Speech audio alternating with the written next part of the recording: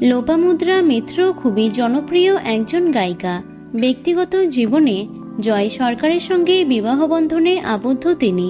কাজের সূত্রেই দুজনের আলাপ, প্রেম এবং তারপরে 7 পাকে বাঁধা পড়েছিলেন দুজনে।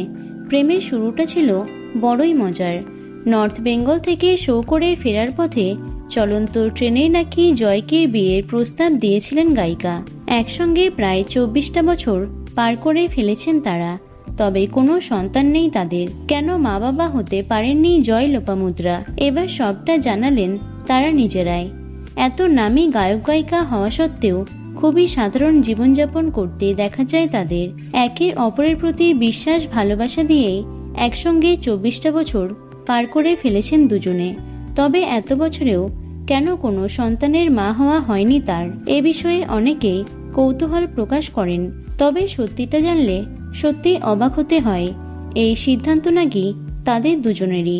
গানের প্রতি অগাধ ভালোবাসা রয়েছে জয় লোপামুদ্রার, তাই সেই গান নিয়েই বাকিটা জীবন কাটানোর ইচ্ছা তাদের। অতীতে এক সাক্ষাৎকারে এ বিষয়ে জিজ্ঞাসা করা হলে লোপামুদ্রা জানিয়েছিলেন, আমাদের কোনো সন্তান নেই, অনলি ফর মিউজিক।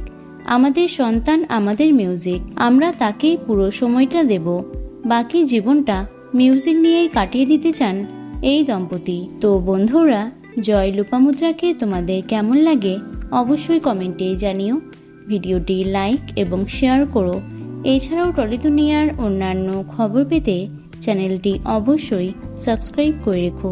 ধন্যবাদ।